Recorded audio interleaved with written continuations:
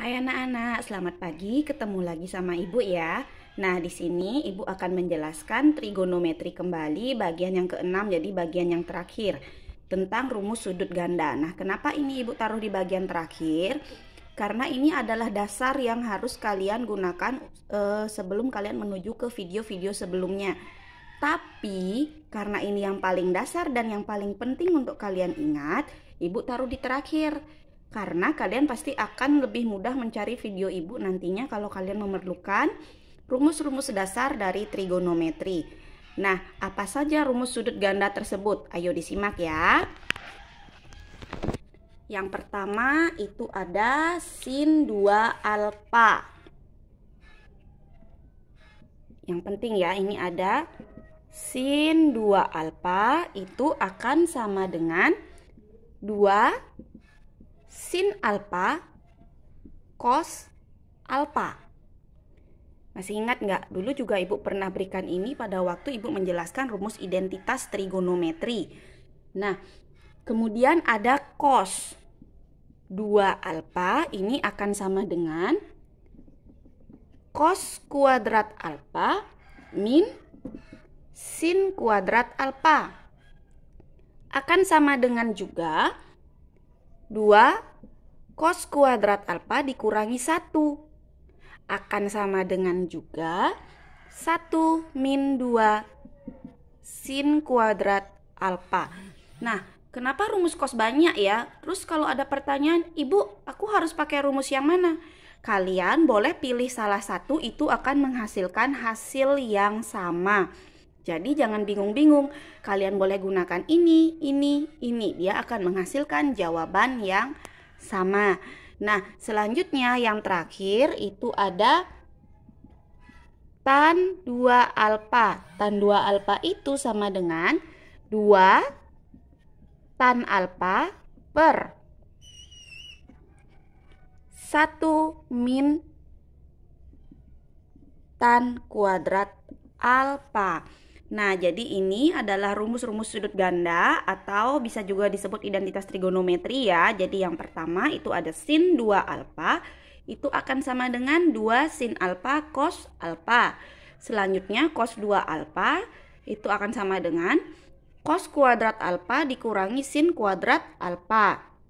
Sama dengan juga dengan 2 cos alfa, 2 cos kuadrat alfa dikurangi 1.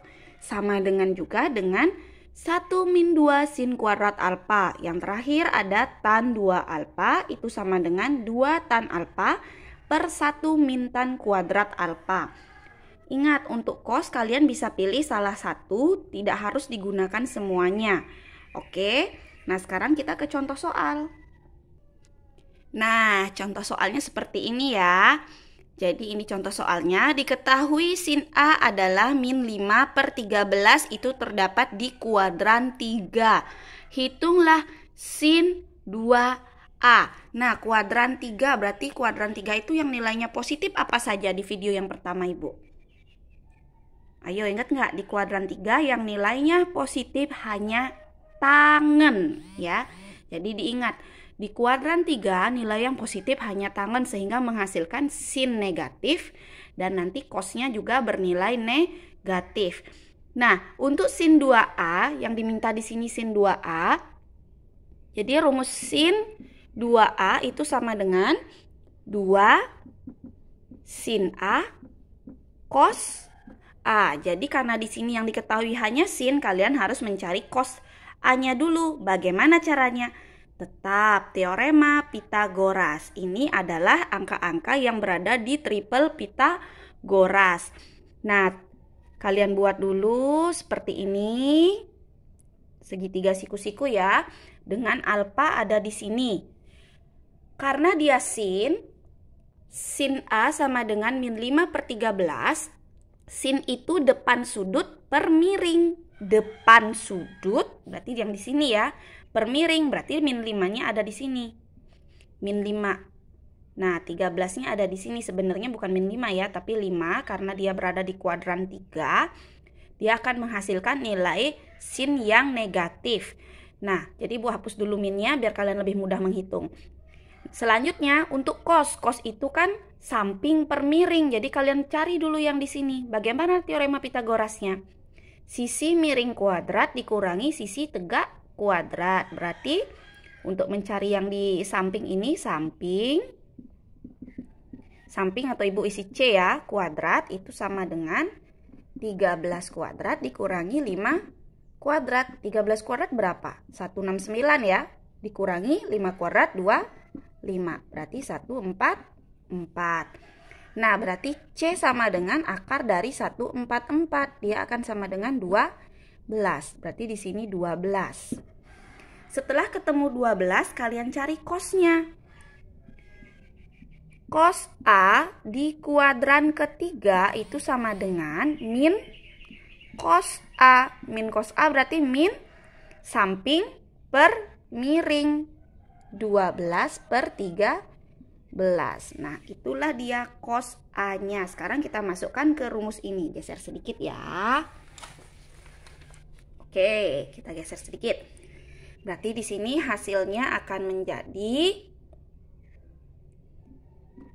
sin 2A sama dengan 2 sin A cos A.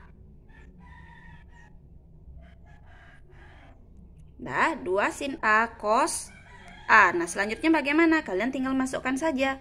Ini akan sama dengan 2. Sin A-nya tadi kan min 5 per 13 ya. Dikali min 5 per 13. Dikali lagi cos A-nya sudah ada tadi nih.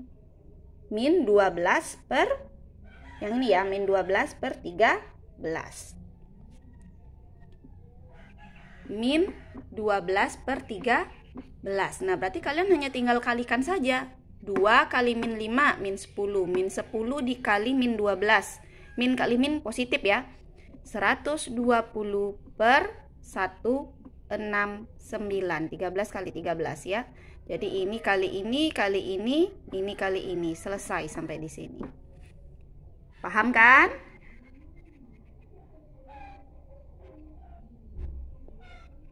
Kalau sudah paham, ya, jadi kalian pelajari lagi. Untuk kali ini tidak ada tugas. Hanya kalian cukup menonton dan simak baik-baik. Terima kasih.